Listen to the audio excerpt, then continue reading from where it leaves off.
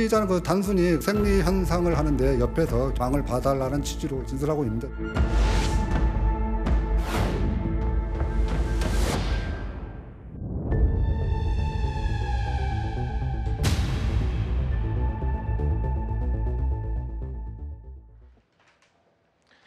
전국에서 초등생 유괴 시도가 계속 잇따르고 있습니다. 서울 지역, 경기 지역, 수도권은 물론이고요. 대구와 제주에서도 이런 미성년자 유인 시도가 잇따라 발생하고 있는 겁니다. 먼저 오늘 오전 경기 광명에서 이 8살 여자아이를 유괴하려고 했던 혐의를 받고 있는 이 고교생이죠. 구속영장 실질심사가 있었습니다. 피해자 따라가서 어떻게 하려고 했나요? 피해자한테 따로 하실 말씀 없으신가요? 범행 인정하십니까? 피해자한테 따로 하실 말씀 없으세요?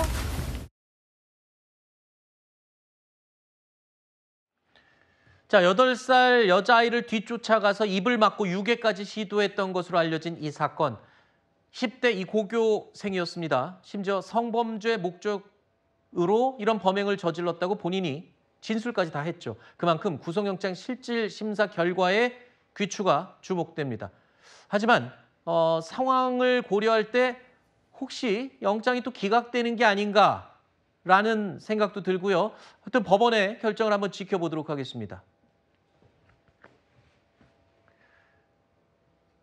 자, 이렇게 전국에서 유괴 시도가 잇따라 발생하고 있습니다. 학부모들, 학생들, 특히 초등학생들, 불안감이 커질 수밖에 없겠죠. 자, 지난달 서울 서대문구에서 20대 남성 3명이 무려 3차례에 걸쳐서 초등학생을 유인 시도했던 사건 기억하시죠? 긴급 체포도 했습니다. 물론 이들은 구속되지 않고 불구속으로 결정이 났죠. 앞서 보신 광명 사건, 그리고 그 이후에 어제 저희가 잠깐 전해드렸던 제주도에서도 이 아동 유괴 시도 사건이 있었고요. 서울 관악구에서도 있었습니다. 인천은 물론 대구까지 5차례 잇따라 발생했습니다. 아이들을 유인하는 방법도 참 다양합니다.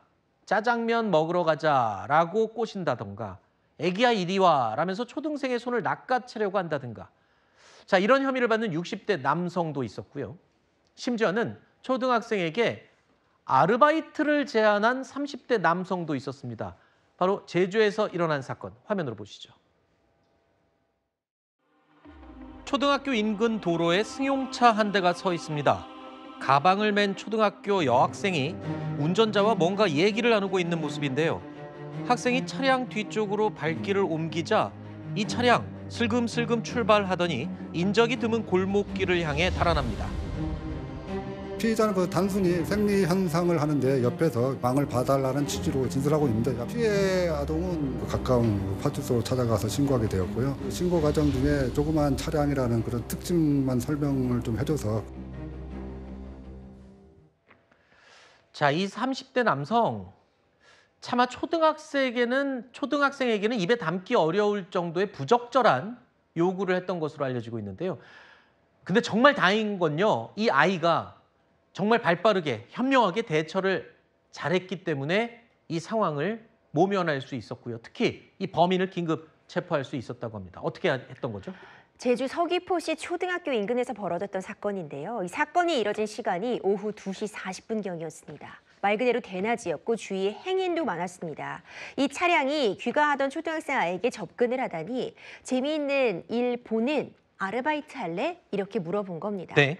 아이가 당연히 거부를 했고요. 정말 그 대처하는 방법을 칭찬해주고 싶은 게 차량 뒤로 이 학생이 돌아가서 번호판을 확인하려고 한 겁니다. 운전자는 그걸 인식을 했군요. 그렇죠. 이런 행동을 하자마자 곧바로 지금 영상에서 보시는 것처럼 줄행랑을 쳤습니다. 네. 이 아이가 핸드폰을 갖고 있지 않아서 직접 파출소까지 찾아가서 해당 차량에 대해서 어떤 정보를 전달해주고 이 사건 경위를 신고하기까지 했습니다. 네. 곧바로 붙잡힌 이 30대 남성은요. 이전에 과거 추행 전과까지 있었다고 합니다. 네. 이 남성이요.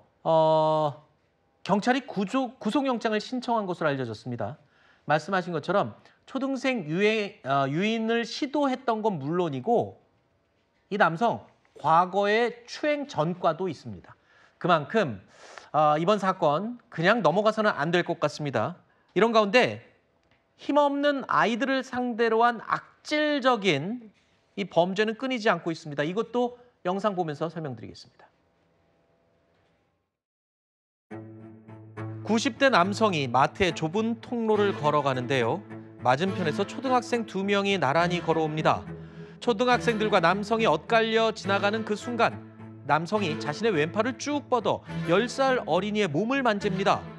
초등학생이 당황해서 뒤를 돌아보자 잠시 후 이 남성 이들을 향해 이리 오라고 손짓을 하는데요.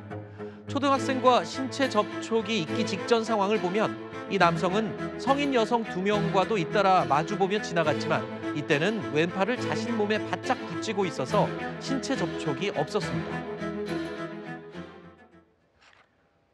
그러니까 성인 여성들과 지나가다 마주칠 때는 팔을 이렇게 피하면서 아이들이 지나갈 때는 팔을 뻗어서 몸을 만지는 행위. 저 90대 노인.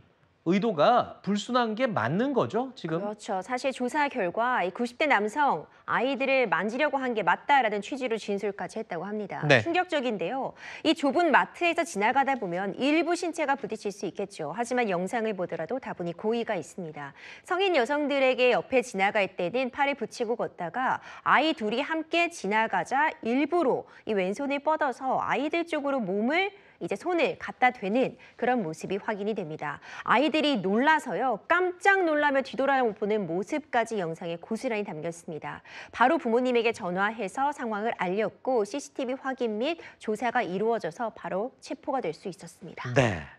그런데 유괴 시도가 이렇게 지금 5차례 잇따라 일어나고 있는 상황인데 제가 어제도 잠깐 언급했습니다만 이게 시도기 때문에 유괴를 한 게 아니라 그리고 어떤 이 피해를 끼친 게 아니라 시도만 했기 때문에 시도는 지금 처벌이 좀 약하다면서요. 이게 문제 아닙니까? 꼭 누가 다치고 납치돼서 큰 봉변을 당해야지만 이런 사람들이 처벌을 크게 받는 건가요? 정확한 지적해 주셨습니다. 법적으로 보자면요. 우리가 어떤 결과가 일어나지 않고 범행을 시도했으나 결과는 발생하지 않았을 때 미수범이라고 합니다. 네. 미수범도 당연히 처벌 규정이 있는 경우에는 처벌이 되게 되지만 처벌 수준이 약해지게 됩니다. 실제로 미성년자 약취 유인은요. 10년 이하의 징역에 처해질 수 있는 중범죄입니다. 그런데 앞서 잇따라 있던 사례들에서도 아이들이, 학생들이 잘 대처했기 때문에 범행이 목적을 달성하지 못한 것임에도 불구하고 네. 결국 재판으로 간다면 결과는 발생하지 않았기 때문에 강경되고 있는 것이 현실이고요. 이전에도 여러 사례가 있었는데 놀이터에서 놀고 있는 7살 여아에게 함께 가자고 유인을 했지만 미수에 그친 사례에서 집행유예형이 나온 적이 있습니다. 네.